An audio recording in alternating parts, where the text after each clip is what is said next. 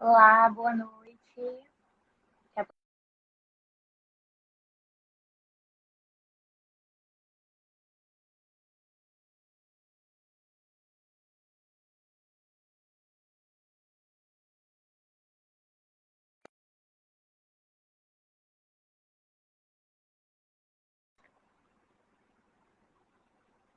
Olá, gente, boa noite. Só esperar o Hamilton entrar para a gente começar a nossa live.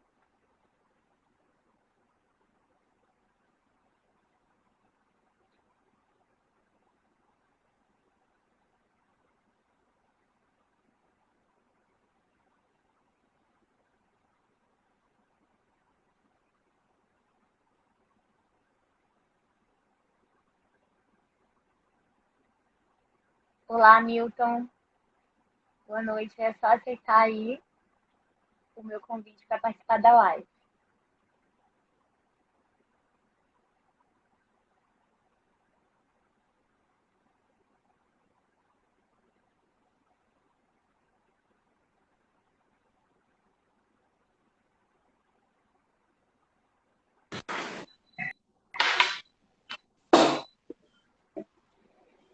Vou tirar a máscara porque ninguém merece. A sua tela está escura. Peraí. Ah, agora está indo. Ah, tá. Peraí que eu tenho que inverter aqui. Vai. Oi. Boa Tá noite, bom? Hamilton. Tá Boa ótimo. Tá noite, ótimo. Eva. Tudo bom? Tudo bem, tudo bem. O pessoal está chegando aqui na live. Daqui a pouco a gente começa. Tá. Já temos 6 pessoas. Já tem 6 pessoas. Está sem áudio. Você tá Peraí. me ouvindo? Eu tô te ouvindo. Você tá me ouvindo?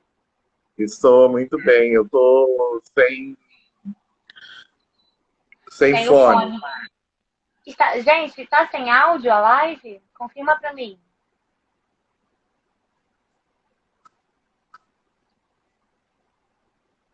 A Agatha entrou, Eliseu entrou. É.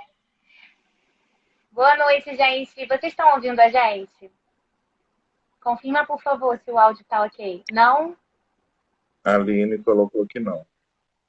Está sem áudio. Deixa eu ver A aqui. Luna colocou que tá com áudio. Tá A com Agatha áudio? está. Ah, então tá bom, gente. Ah, agora foi. Bom, boa noite, pessoal. A gente vai dar início à nossa live, a segunda live da série Profissão Gestor de Resíduos. E na live de hoje, a gente vai falar sobre gestão de resíduos hospitalares. E o nosso convidado é o enfermeiro Hamilton Delgado. Hamilton, boa noite. Peço que Boa você se noite. apresente e fale um pouco para a gente da sua experiência. Tá. Boa noite, Eva. Boa noite ao pessoal que está nos assistindo aí. Não é? Parece transmissão de rádio antiga, né? Aos ouvintes, né? Bom, meu nome é Hamilton, sou enfermeiro de formação. Eu formei na década de 90 na Federal Fluminense, mas eu trabalho no meio hospitalar desde a década de 80, né? Eu não vou precisar números por conta do tempo. E a minha vivência toda até hoje, nesses 40 últimos anos da minha vida, é dentro do ambiente hospitalar. Eu me formei como enfermeiro, sou especialista em saúde mental, em doenças infecto-contagiosas, sou enfermeiro do trabalho também. O meu mestrado é na área de ergonomia, na relação homem-trabalho, né? Homem-ambiente-trabalho, e meu doutorado é em psicologia social. Esses anos todo, dentro da minha vivência, foi todo ligado à questão hospitalar e à questão da saúde do trabalhador e principalmente as questões de saúde coletiva e meio ambiente. Eu comecei a trabalhar como profissional de nível médio, técnico de enfermagem, no Hospital de Doença Infecto-Parasitária do Estado, e depois, com o advento da AIDS, eu trabalhei no Grafequim. Eu sou posterior à AIDS. Não é que eu seja velha, porque a AIDS é uma doença bem recente. Sim. Né? E durante essa minha vivência hospitalar, uma das transformações que a gente percebe no hospital, não só no hospital, mas sociedade como um todo, é essa questão da relação do homem-resíduo, do homem-ambiente-resíduo.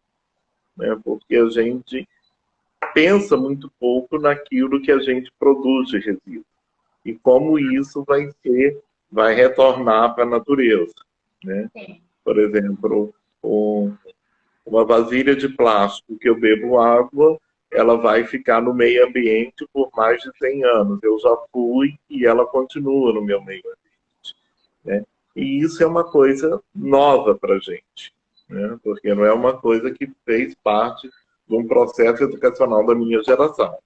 Eu estou falando minha geração porque essa formação nossa tem um diferencial hoje. Sim. Né?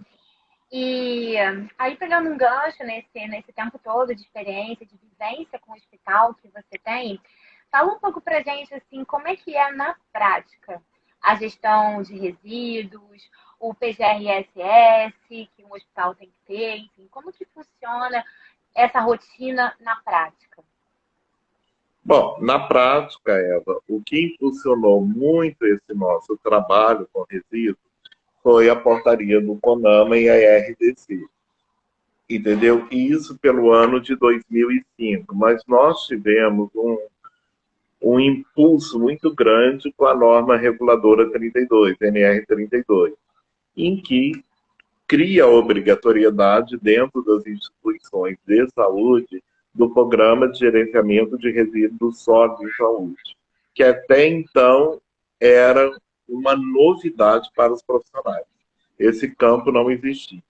Existia, sim, o campo do controle da Comissão de Infecção Hospitalar, que é da década de 90, e no Brasil se parou nisso. 2005 veio a RDC e a resolução CONAMA, mas não foi tão impulsionado até 2010, que teve a Política Nacional do Resíduo Sólido e a ANR 32, que trouxe esse olhar para dentro da instituição de saúde. Que até então, antes disso, eu não sei se eu posso falar um pouco antes desse período, o resíduo para a gente não era uma coisa considerada. Eu estou falando para vocês porque eu trabalhei antes do advento da AIDS. Então, a seringa, a agulha, o pérfuro cortante, o contaminado era desprezado, entendeu? E recolhido como se fosse o mesmo resíduo doméstico. Mesmo sabendo do poder infectante dele, mesmo sabendo do risco físico e até às vezes do risco químico que ele traria. Né? E com essa questão da AIDS, traz para a gente o medo. Né? Trouxe uma forma de medo. Eu posso me adoecer naquilo que eu estou trabalhando, porque até então isso não era uma presença. Né? O doente é um e eu sou outro. Esses campos eram distintos. A AIDS, não. Você tem o medo. Oba, se eu contaminar, eu morro. Né? A proximidade da morte. Porque o que traz um pouco o medo é essa proximidade da morte. Então, com a AIDS, por exemplo, a primeira assim, atitude do hospital saiu nas atitudes individuais. A gente passou a levar latinha de leite em pó, que você pegava com a vizinha, que você juntava em casa, para colocar as agulhas contaminadas dos aidéticos. Né? E isso resultou num tipo de descarte hoje que é o pérfuro cortante, a classe E do lixo hospitalar. Então, assim, muito antes até da legislação impulsionar essa questão do resíduo, o medo da doença foi o primeiro start para se ter um controle maior de como descartar. A questão da saúde pública, né, proporcionou esse ganho assim no controle em relação aos resíduos de saúde, né, em hospitais, pelo risco de Eu não, contaminação, pelo risco da doença, né? Eu não sei se a gente poderia falar, é a mudança do paradigma da saúde pública para a saúde coletiva. Sim. Porque na saúde pública eu entendi a saúde como um bem para todos. E na saúde coletiva eu passo a entender que o meu erro, às vezes, pode causar algum dano no outro. Já sai do individual. E isso é mais ou menos baseado em cima do que você falou. Esse medo da doença, o medo da proximidade da morte, né? Porque muitas das vezes não é nem o medo da doença, mas da proximidade da morte. Me traz essa mudança de comportamento. E Né? como a gente Porque conversou, né, a saúde pública e o meio ambiente, eles não têm como andar separados, né? não, Então, uma coisa infelizmente interfere não. na outra. E você até comentou comigo da sua experiência no lixão de Itaoca, em São Gonçalo, em que você foi para uma questão de saúde pública, né, das pessoas que tinham o Sim, sim, contato sim. ali com o resíduo, e você também presenciou o efeito do descarte incorreto do resíduo, principalmente o de saúde, né, em um lixão, por exemplo. Uma coisa que, por exemplo, você está falando do lixão de Itaoca. Eu conheci o E lixão de Itaoca numa época que os famosos lixão era depósito de resíduos. era permitido, Dane-se o né? meio. Não era É, errado. não era errado. Dane-se o meio ambiente. Eu escolho um local distante, longe, em algumas situações até outro município, que não o meu, porque no Rio, Gramado, o lixão ficava em outro município que não era da cidade do Rio de Janeiro. Vou lá e jogo todo o meu resíduo.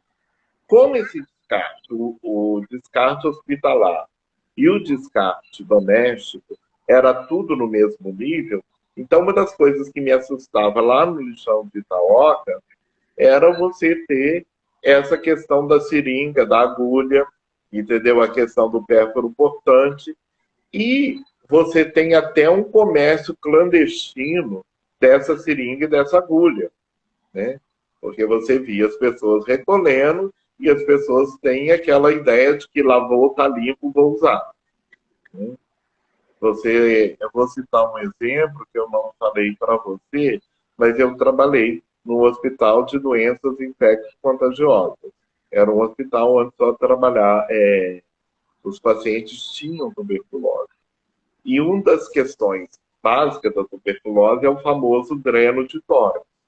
O dreno de tórax, você faz a receptação dele num frasco de plástico hermeticamente fechado, com selo d'água, com tudo. Só que tem que é um material hospitalar rígido, né? E nós tínhamos a mania de tirou o dreno, trocava a cada 24 horas, jogava no lixo, né? E um dia, no horário da visita, eu trabalhava domingo, 24 horas, eu via familiar do paciente saindo com uma sacola cheia de prato.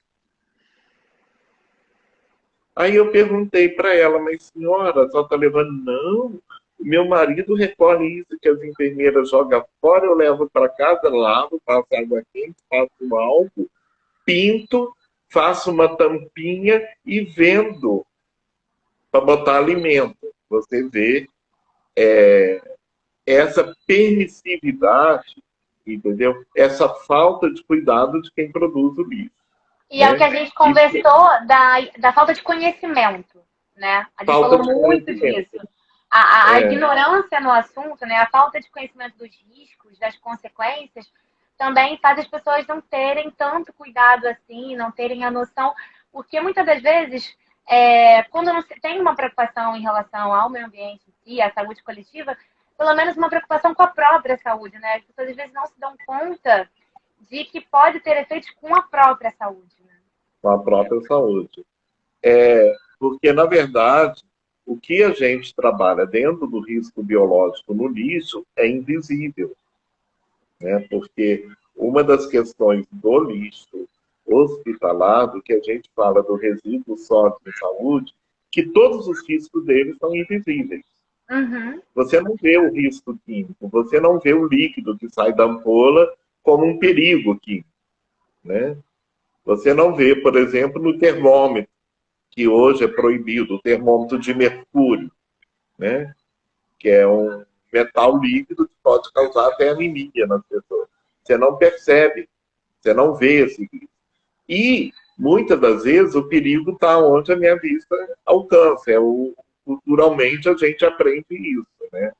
A gente não aprende esse risco invisível.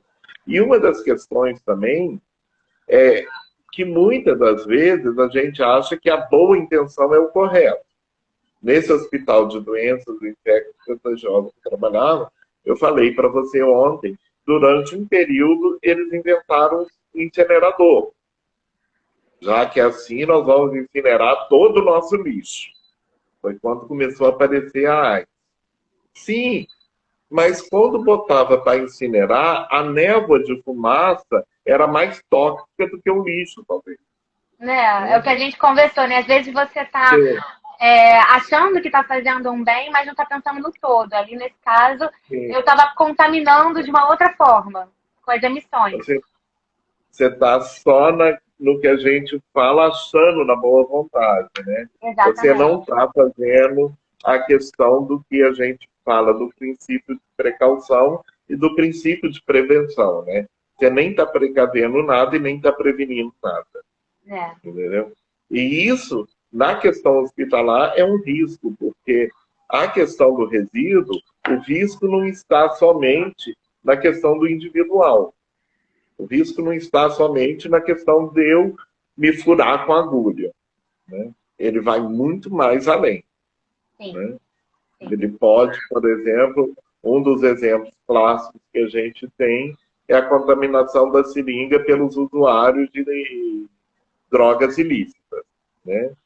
Porque você sabe que há uma permissividade de troca de seringa, de lavar seringa, de limpeza de seringa, e isso é um risco individual muito grande. Mas existe também o risco coletivo. Por exemplo, no lixão de Itaota, entendeu? O que esse lixo representava para as pessoas no coletivo, nós, como profissional da saúde, não tínhamos como atender. Né?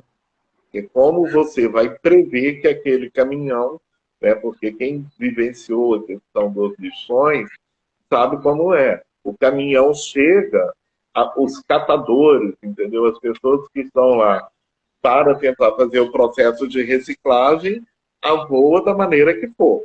Né? Elas avançam mesmo e ali você não tem essa definição se corta, se não corta, se é garrafa, se é seringa, entendeu? Se é contaminado, se não é contaminado. E existe também o lixo, a questão da saúde ambiental. Né? Esse resíduo, quando não tratado, ele é um dano, tanto no meio ambiente onde ele é produzido, como no meio ambiente onde ele é descartado.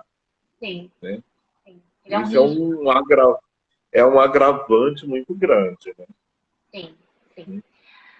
E foi muito interessante essa sua experiência, porque você viveu num período em que o lixão era permitido, você já estava na área da saúde, você teve o contato, você teve a possibilidade de ver de perto o efeito desse descarte, que hoje a gente tem a consciência de que é inadequado, do efeito que isso causa, tanto na saúde pública quanto no meio ambiente. Mas, hoje em dia, a gente já tem um cenário melhor, vamos dizer assim, a gente evoluiu bastante nesse assunto, e na rotina do hospital, assim, pensando nos resíduos que a gente, são mais comuns, né, de serem gerados na rotina do hospital, como é feito o acondicionamento, o manuseio, o armazenamento, enfim, como é que funciona isso no hospital? Vamos lá, Eva. Primeiro, nós somos condicionados dentro do hospital a cores. Quem trabalha com resíduo dentro do hospital condiciona um pouquinho a cores. Que a classificação dos nossos resíduos vai de acordo com a cor do saco da nossa coleta. No ambiente hospitalar, um dos cuidados que nós temos hoje é fazer a cultura de quem está produzindo o resíduo, o tipo de resíduo que ele já está produzindo. Então, eu vou mostrar para vocês eu vou virar a câmera aqui só para mostrar para vocês uma lixeira hospitalar, tá? Que está aqui do meu lado. Essa é a lixeira de resíduo reciclado. Então, ela já vem marcada e eu sei que aqui eu posso colocar papel comum, papel grau cirúrgico, papel crepado. É um resíduo reciclável. Eu tenho aqui um outro tipo que é o resíduo, perdão, gente, o outro tipo de resíduo, que é o resíduo do grupo D, tá? Vocês Resíduo desculpem, comum. agora à noite eu só posso mostrar isso, tá? Esse resíduo, ele...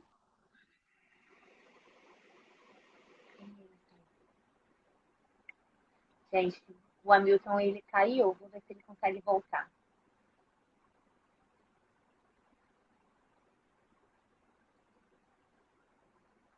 Perdão, eu me perdi aqui, tá? Não, tudo bem, Eu mas que foi me perdi, ótimo. tá? Eu quis mostrar para vocês o tipo, como a gente trabalha com a identificação. Isso para a gente melhorar um pouco a cultura de quem produz esse resíduo. Então, dentro do hospital, na lixeira, eu já vou ter basicamente os 5 tipos de resíduo. Eu vou ter um resíduo A, que é um resíduo que vai no saco branco, na lixeira branca, que é um resíduo infectante. Eu não estou numa área infectante.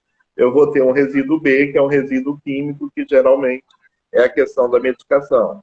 O resíduo C, que a gente fala que é o resíduo radiológico, né? No caso aqui, além do radiológico, a gente trata o quimioterápico também como radiológico, né? Hamilton, Teve... só um minuto.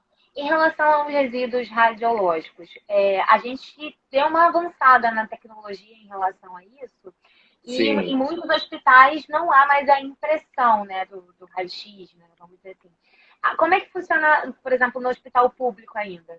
A gente ainda tem esse resíduo gerado? Ainda Tem, tem essa impressão, né? entendi. Hoje em dia, a tecnologia também é uma ajuda, né? A gente vê a questão do uso do papel, né? Mas, graças a Deus, dentro das instituições, a gente está conseguindo desvencilhar muito dessa questão do uso desses recursos, desses insumos que causam um impacto ambiental mais acelerado. No hospital público, nós ainda temos a impressão do raio-x. Tá? Algumas situações, pela questão legal, né? O raio-x, tanto o raio-x do radiológico como o raio-x da tomografia, né? Porque a tomografia também é uma impressão de raio-x. Mas esse resíduo já é mais controlado, porque no radiológico a gente já tem o Instituto Nacional de Energia Nuclear, o INEM, que também já cadastra isso e já vê essas possibilidades. Esse ainda é uma dificuldade para a gente. Por quê? Porque você estava me perguntando como eu trabalho o resíduo. Eu pôr esse resíduo dentro dessas lixeiras aníbal que está lá, tá? A lixeira do branco, a lixeira do verde, a lixeira do comum, entendeu? E dentro desses, depois da lixeira, eles vão para containers. O que são containers? São aqueles carrinhos da coluna de lixo. Ali fechado, hermeticamente fechado, ele é conduzido dentro da instituição. Na instituição, a gente tem uma série de protocolos, pessoas que trabalham com resíduos. São, além de treinados, tem o uso do EPI e tem os protocolos, porque eu não posso descer esse resíduo em qualquer elevador. Então, eu tenho que ter um elevador, um horário próprio para resíduo, entendeu?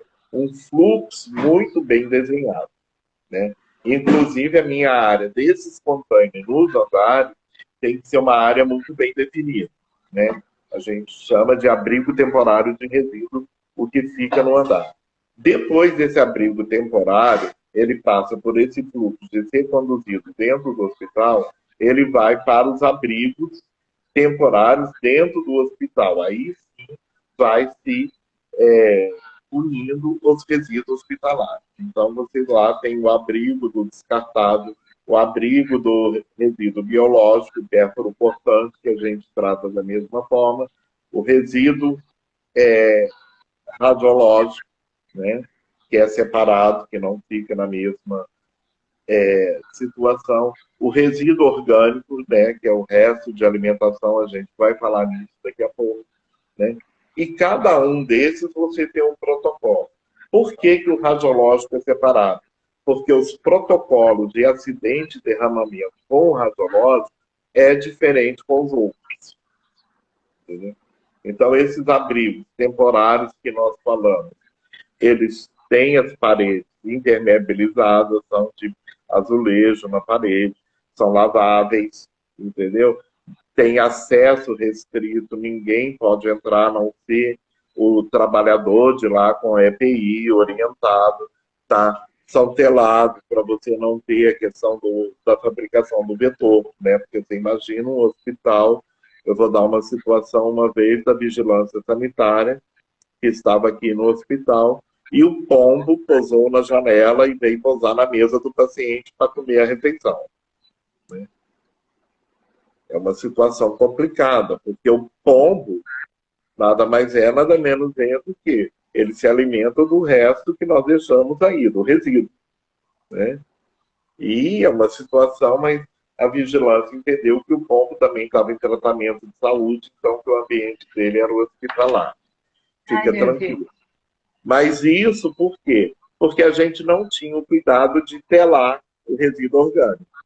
Então, os pombos vinham, se alimentavam com o resto de comida no resíduo orgânico, e quando a gente telou, o pombo ficou perdido dentro do hospital. O resíduo orgânico ele tem que ter esse cuidado, principalmente por vetores, né? Sim. Ele atrai diversos vetores. E aí, rato, barata, pombo, enfim. E aí, Mas o biológico... principalmente no ambiente hospitalar, isso é complicado, né? Tem que ter um controle dessa área, um recolhimento rápido, um descarte rápido. Até a Agatha comentou aqui mosca, enfim. A gente não pode ficar com esse resíduo muito tempo, né? Estocado no hospital. Mas você imagina, Eva, até a gente aprender isso, quanto nós erramos. Sim, né? sim. Não é uma coisa assim automática. Não é uma coisa que você compra pré-fabricado. E o Brasil tem mais um exemplo. Desculpa, é mais um exemplo de saúde pública e meio ambiente caminhando juntos, né? Sim. Você não controla muito bem. E o Brasil tem uma situação, principalmente o Rio de Janeiro, uma situação muito atípica. Aqui é verão os 365 dias do ano, né? Porque quando faz menos de 20 graus aqui, a população é inerte, né? E isso é uma coisa muito difícil para você trabalhar, até mesmo quem trabalha com resíduo. Né? Porque você imagina, 40 graus no Rio de Janeiro, o tempo desse resíduo começar a ter o deteriorar. Né? Então, um tempo muito curto. Então, você tem que ter protocolos muito rápidos, entendeu? Estar sempre atento. E isso você leva um tempo para aprender. Dentro do local aonde é produzido o resíduo, deu para vocês entenderem a questão da geração na lixeira, o acondicionamento desses abrigos temporários, a questão da identificação, o quanto é importante o meu resíduo sair daqui identificado, e esse transporte interno. Por quê? Porque ele pode ser uma fonte de infecção, ele pode ser uma fonte de vetor. E ele pode ser uma fonte de reinfecção, porque eu posso trazer o container sujo, eu levar ele, desprezar e trazer ele sujo, e ele me trazer um transtorno no ambiente que eu tenho limpo. Exatamente. Né? Exatamente. E depois ele começa uma parte externa, uma coleta que a gente fala fora do local, do meu ambiente, a parte externa. Que aí é uma coisa muito complicada para nós profissionais da saúde, né? Que eu acho que você vai puxar um gancho para mim daqui a pouco, né? Assim, todos esses resíduos, a gente já até conversou sobre isso, ele tem tratamentos diferentes, né? O orgânico vai receber um tratamento, o lixo comum vai receber um tratamento, o infectante, o perfluorcortante. A gente falou sobre medicamentos vencidos, e aí você citou os quimioterápicos, que aí tem um controle grande, né, no hospital em relação a isso, né? Da parte de medicamentos. Na verdade, a gente deveria tratar melhor esse resíduo, né? Principalmente como eu produzo esse resíduo.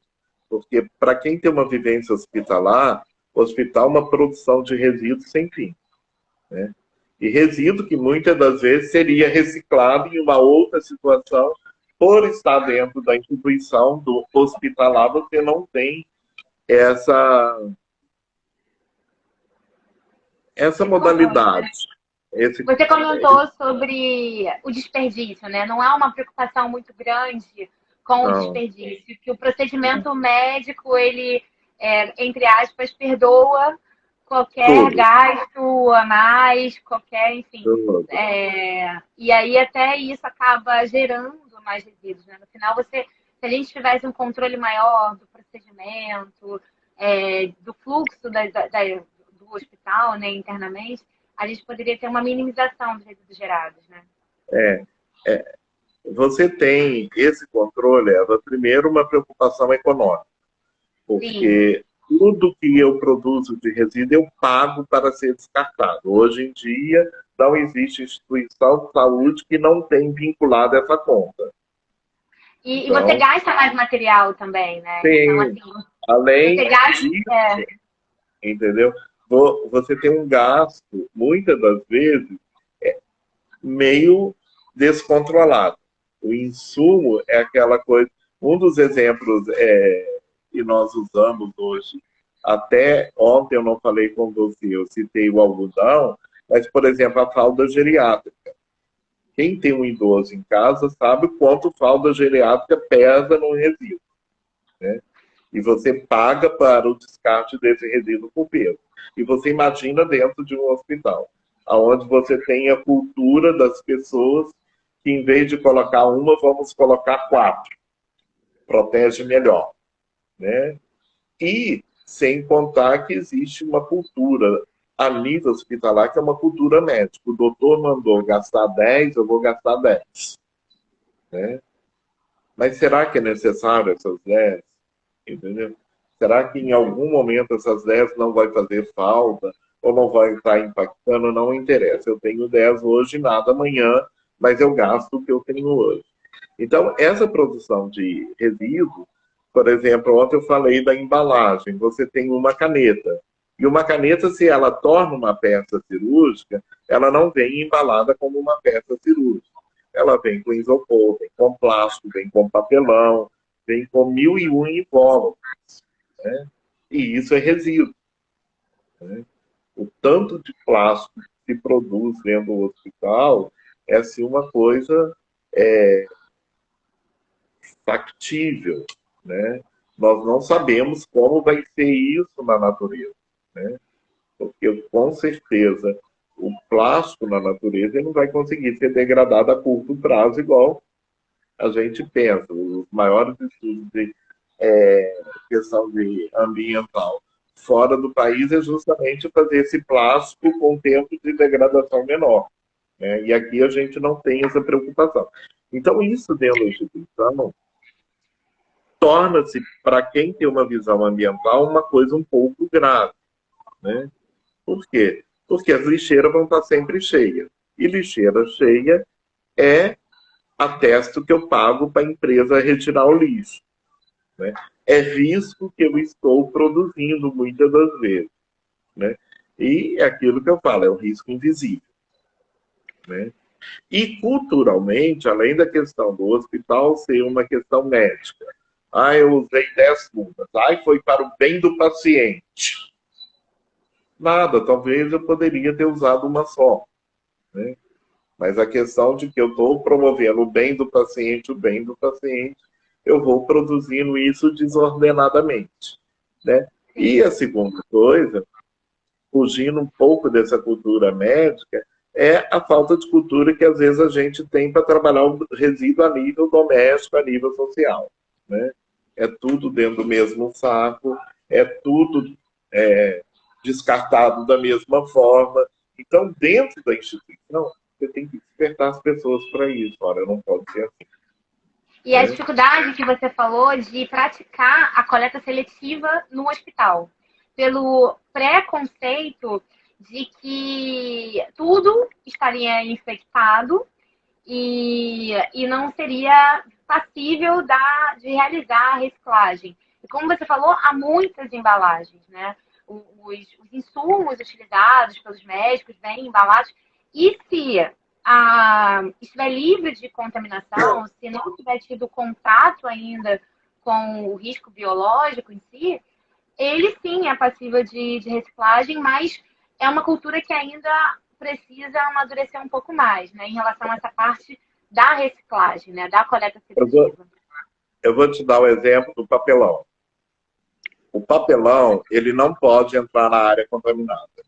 Então, por exemplo, se eu for armazenar alguma coisa para usar na enfermaria, para usar no centro cirúrgico, para me usar no centro de material, eu não posso ter a caixa de papelão, justamente pela questão do vetor, né? E o papelão, por exemplo, seria um ótimo elemento de reciclagem, porque tudo dentro do hospital tem papelão, é muito papelão. O funcionário do hospital, quando vai mudar, ele escolhe assim, o tipo de caixa, o tamanho de caixa, é melhor do que essas empresas de mudança a nível hospitalar. E hoje eu estava comentando com uma colega que trabalha num hospital que eles conseguiram fazer uma cooperativa de catadores para reciclar o papelão hospitalar. Isso eles funcionaram até 2020. Quando veio a Covid, a cooperativa parou porque eles não queriam reciclar Covid. Porque ainda tem essa ideia de que, entendeu? A questão midiática da coisa, né? É Covid, não vamos, é Covid. Então, a sociedade ainda passa muito isso, né? E a gente sabe que existe formas de tratamento, formas de você inativar esse risco biológico tão eficientes, né? Você tem fórmulas químicas, o hipoclorito, por exemplo. Você tem formas mecânicas, a questão dos autoclaves, a questão da incineração, entendeu? Mas, infelizmente, a gente ainda está trabalhando uma questão cultural, né? Sim, sim. Uma questão E, de preconceito mesmo. e de cultura, assim, acho que quanto mais a gente tem o conhecimento sobre o assunto, a gente consegue trabalhar melhor. Então, é o que você falou. Se os cuidados, né, forem devidamente tomados, é possível sim aumentar, né, esse número, esse volume de resíduos que são encaminhados para reciclagem, já que o hospital ele é um ambiente que consome, né, muitos materiais que são embalados de diversas formas, seja com plástico, seja com papel, isopor, enfim, da gente ter um controle maior, né? E já que assim é por uma questão até de controle médico, de higiene, é preciso ter esse tanto de embalagem, a gente conseguir dar um destino melhor, né, para essas embalagens no final. Você comentou também, Hamilton, sobre a parte de treinamento. Até teve uma pessoa aqui que citou aqui treinamento e conscientização, né? Como é que funciona essa parte de treinamento? Como é que o enfermeiro ele tem essa instrução? Ele tem na faculdade alguma informação? Ou ele só recebe quando começa a trabalhar no hospital? Como é que é esse processo de treinamento e capacitação do profissional de saúde? Olha, Eva, a minha geração, a gente nem ouvia falar dessas palavras. Resíduo, então, era uma coisa inexistente. Lixo é o pessoal da limpeza, né? Nem usava a palavra asseio e higienização, era o pessoal da limpeza, né? Hoje em dia, ainda é um tabu, por quê? Vamos começar. Porque nós não somos educados muito bem socioambientalmente, né? A nossa formação de primeiro e segundo grau cobre muito poucas ações ambientais. Então, você vê a questão doméstica, né? A gente, basicamente, numa cidade onde você tem uma grande população evoluída, no século XXI, você ainda não tem uma coleta seletiva eficiente, né? Como exemplo. Então, isso já é um agravante para a gente dentro da instituição. Por quê? Porque a pessoa chega dentro da sua casa, abre a lata, joga tudo dentro da mesma lata. Aqui você não pode, tem que observar isso, tem que observar aquilo. Outra coisa, a formação do profissional de saúde, ele prioriza muitas das vezes procedimentos médicos, cuidados com a administração de medicação, cuidado com o paciente, curativa, ferida, essa coisa toda, dando muito pouca intenção a essa responsabilidade coletiva, né? O que eu posso causar ao outro, muitas das vezes, não é só do erro de eu fazer um curativo mal feito. É de eu processar um resíduo mal feito, eu posso causar um erro maior do que o curativo, né? E depois, uma das coisas que ajudou muito é que os profissionais hoje são muito cobrados da NR32, né? A norma regulamentadora 32, que começou a ser discutida em 2007. Nós levamos 10 anos tentando trabalhar essa norma, graças a Deus ela está aí. E, desculpe, gente, graças a Deus, parece que eu estou em casa, né? Tudo bem, tá E, ótimo. e nós trabalhamos ela hoje para o ambiente hospitalar, ela é um fator primordial. Não pela questão do resíduo, mas pela questão do que eu controlo no outro. Porque na NR32 eu não posso ter adorno, eu não posso ter minha unha de acrigel, entendeu? Eu tenho que ter um cuidado com o cabelo, e isso já vai me levando a uma mudança de comportamento. Então, quando nós recebemos profissionais, residentes, de qualquer área, a nível hospitalar, hoje a gente procura levar esse treinamento. Agora, o treinamento mais comum no dia a dia, no nosso cotidiano, é o famoso corpo a corpo. É você chegar com um colega dentro do ambiente, mostrar, é você apresentar uma caixa de pétalo cortante, mostrar como monta uma caixa de pétalo cortante, porque também não é uma coisa assim, uma caixa de papelão com saco plástico, não. Você tem todo um protocolo para montar aquilo ali. A pessoa conhecer aquilo. Por quê? No hospital, a gente trabalha com extremos de vida. Você imagina numa situação que aconteceu, por exemplo, em Petrópolis, né? Uhum. Um desabamento sobre um hospital. Um Entendeu? desastre. Aham. Sim, é um desastre, porque muitas das vezes o desabamento não vai matar as pessoas. Mas a agulha que ele levar, o material que ele levar, pode ser um dano ambiental irreversível, né? Isso. Então, Até isso a parte você dos produz. químicos, né, também, no contato com a água. Sim. E isso, por exemplo, você levar para o treinamento hoje, não é uma coisa muito simples. Que é aquilo que eu falei, você está lidando com forças invisíveis, né?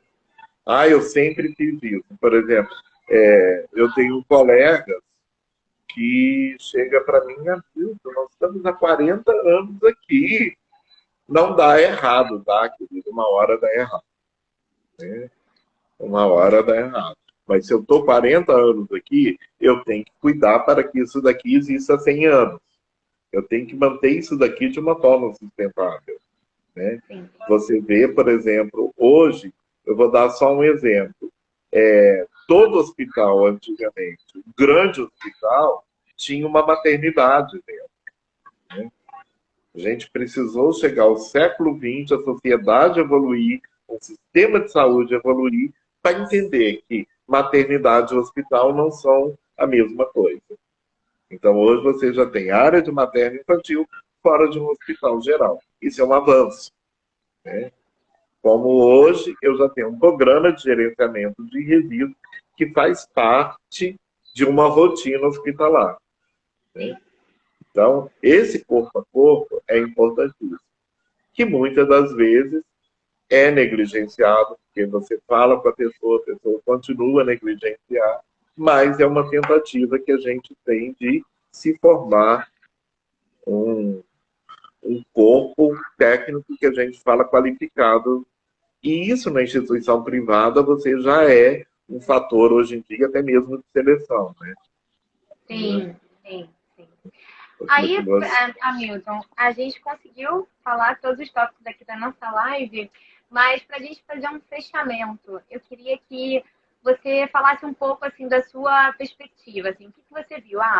Essa evolução ao longo dos anos todos, em que você vivenciou uma época que não se tinha preocupação nenhuma, e passou por todo esse processo evolutivo de uma preocupação inicial pelo risco, pelo medo de uma contaminação por uma doença, até a mudança na legislação. Enfim, você passou por todas essas fases e também, assim, um profissional tão experiente como você, qual a sua perspectiva para o futuro, para os profissionais que estão se formando e para esse processo de gestão de resíduos em um hospital? Qual os próximos passos? O que você acha que vai ser o caminho daqui para frente? Olha, Eva, eu posso falar primeiro na questão da experiência.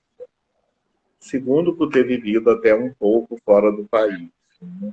Eu fui fazer uma especialização a nível europeia e cheguei lá, fiquei assim, boca aberta com a questão hospitalar deles, né? Primeiro porque existe o hospital lá fora, é uma questão multiprofissional. Ele não é uma questão privativa médica, né? E eu acho que dentro do Brasil, a gente está vivendo muito a queda desse modelo biomédico dentro da instituição, né? Porque hoje você já tem esse trabalho, né, dentro das instituições com profissionais qualificados, com outras visões, né, e até mesmo a sociedade perguntando se isso é não sustentável, né? Hoje em dia, eu sou auditor do SUS. Eu trabalho no Departamento Nacional de Auditoria. E uma das coisas que a gente sempre pergunta quando vai para campo, isso é sustentável? Né? Eu consigo manter a assistência nesse nível, entendeu? Durante quanto tempo? E muitas das vezes a gente não acha a resposta. Por quê? Porque entra a questão do desperdício, entra a questão, por exemplo, da cultura, a questão do desconhecimento e até mesmo a questão dessa hegemonia médica. Não, aqui é o doutor que manda, né? Mas, infelizmente, isso é uma coisa que está terminando na nossa sociedade. A gente percebe isso, porque hoje em dia a velocidade da informação é uma coisa surpreendente. Eu, por exemplo, vou dar um exemplo. A minha live, os meus alunos estão assistindo. É uma aula, né? Sim. Quando você imaginava isso? Né? Uhum. Quando você poderia, por exemplo, amanhã abrir um telefone celular, um computador e você ter acesso a essa informação, né? Porque você pagava caro por isso, né? As minhas primeiras apostilas de resíduo eram um negócio, 800 páginas, entendeu? Coloridas, xerox colorida, porque você imagina o custo disso, né? E hoje em dia eu não preciso. Tem uma pessoa que fala em 50 minutos, 800 páginas, e não precisa me dar xerox nenhuma, né? Então, isso é uma evolução. Então, eu creio que nós estamos. E outra coisa, a gente está evoluindo ambientalmente. A agenda ambiental não fazia parte da nossa vida, né? Eu estive na Rio 92, na Eco 92, entendeu? No acampamento no aterro, aquela coisa toda, entendeu? E acompanha essa agenda ambiental. E essa agenda ambiental é uma agenda mundial. Quando você teria um ponto das nações para discutir o clima, né? Uhum. As pessoas nem davam importância ao clima, né? Quando você tinha esse desastre ambiental, se você pegar a história mundial, você vai ver que os desastres ambientais nunca foram desastres provocados pelo homem. E agora você tem apenas os desastres provocados por quê? Que é a queimada, o deslizamento, a chuva represada, as grandes inundações, nada mais é do que. Então, isso já muda um pouquinho o comportamento daquelas pessoas, principalmente daqueles atingidos, né? Sim. Quem mora na comunidade já cansou de ouvir, não jogue isso daí porque vai para a vala, vai entupir a vala, né? Então, isso você precisa. Então, eu confio muito um pouco nessa mudança. Outra coisa que eu confio é justamente da gente ter que acreditar numa sociedade, né? Porque, infelizmente, quem vai cuidar de mim amanhã é quem está chegando hoje. E eu preciso ter essa visão, né? E eu preciso ter a mesma visão, que a qualidade que eu tenho hoje eu vou ter amanhã. Isso se chama segurança. E muitas das vezes isso é transformação, né? E que as pessoas não chegam. A epidemia de Covid, ou a epidemia, perdão, gente, a pandemia de Covid. Pandemia, Pandemia. Eu sou tão antigo que não consegui evoluir da epidemia, entendeu? A pandemia de Covid teve aí um pouco para provar isso daí, né? Porque é uma doença banal, uma doença viral, uma doença que tem um controle eficaz na vacina e você ainda vê a resistência das pessoas com a questão da vacina e com a questão do próprio ambiente, né? Porque tem muita gente que se contaminou por falta mesmo de uma orientação ou por falta mesmo de um cuidado ambiental, né? de uma Chegava higiene, né, também. sim, da higiene básica, daquilo do produto que você traz lá fora, você processar ele sem saber por onde passou e como passou, né? Sim. Então, quer dizer, eu acredito que a gente mude um pouquinho e que está mudando, né? Porque ninguém sai de uma pandemia numa guerra porque está numa situação de conforto. Não, a gente está numa situação de transformação. Sim, Né? sim. É o que a gente conversou também muito sobre a política nacional de resultados, que ela veio Sim, com um discurso muito voltado à responsabilidade compartilhada. É um discurso que ainda está em processo de, de adesão mesmo por toda a sociedade, de você não ter o pensamento de, eu descartei o meu resíduo, pronto, agora a responsabilidade é de não é outra mais. pessoa, é da empresa que recolheu e pronto. Não, eu só, eu gerei o resíduo, eu sou o gerador do resíduo, então eu tenho que ter uma preocupação do que vai acontecer com ele até o final, até o último destino dele. Se vai acontecer algum risco de contaminação, se o transportador, se o receptor vai fazer realmente o que ele prometeu fazer, se vai enviar para o local realmente adequado, se ele tem condições de fazer o trabalho dele. Então, é importante. Esse amadurecimento, né, ainda está em evolução, ainda está em processo, né, de evolução, mas está cada vez mais vivo esse conceito da responsabilidade compartilhada, que a Agatha colocou, todos somos responsáveis, realmente. E É, a sociedade, estando mais consciente, como você falou, ela acaba cobrando também dos profissionais, ela acaba cobrando também das empresas, enfim.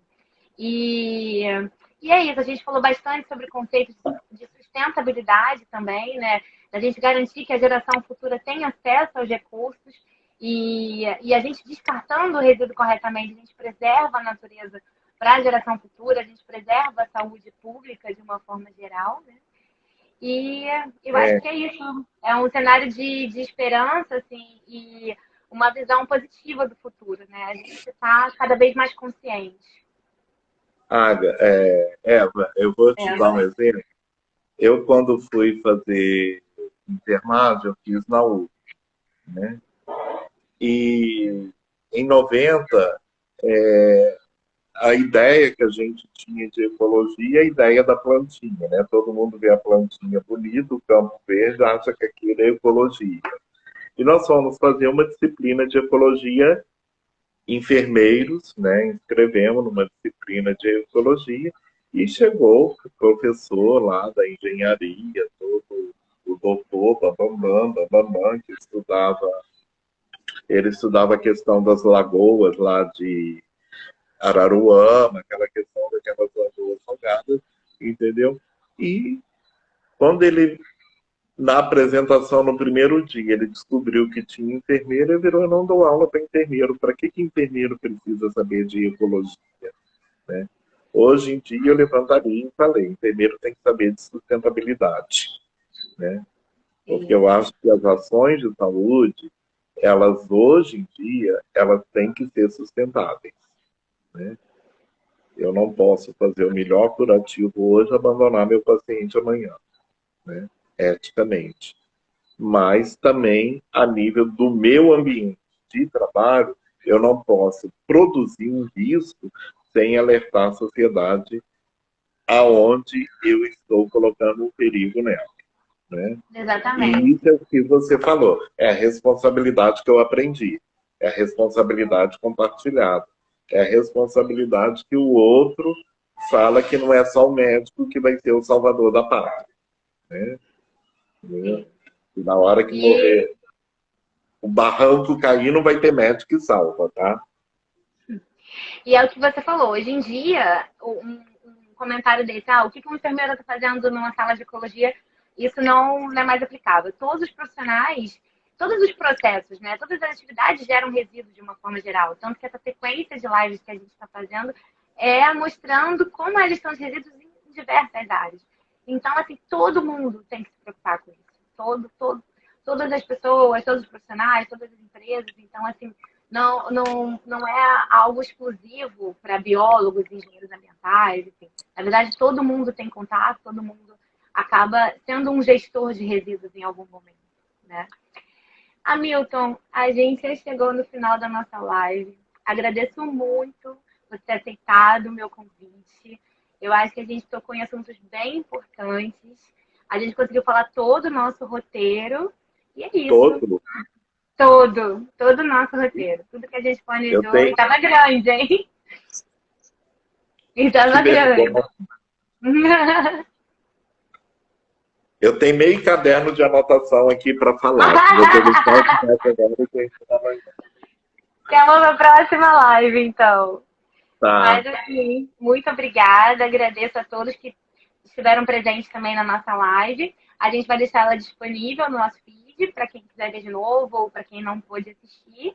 E é isso, gente. Muito obrigada. Boa noite a todos. E mais uma vez, obrigada, Milton. Foi um Eu, prazer fazer a live com você e foi muito bom. Aprendi bastante também. Eva, eu é que agradeço e você perguntou o que, que a gente pode deixar para a sociedade, né?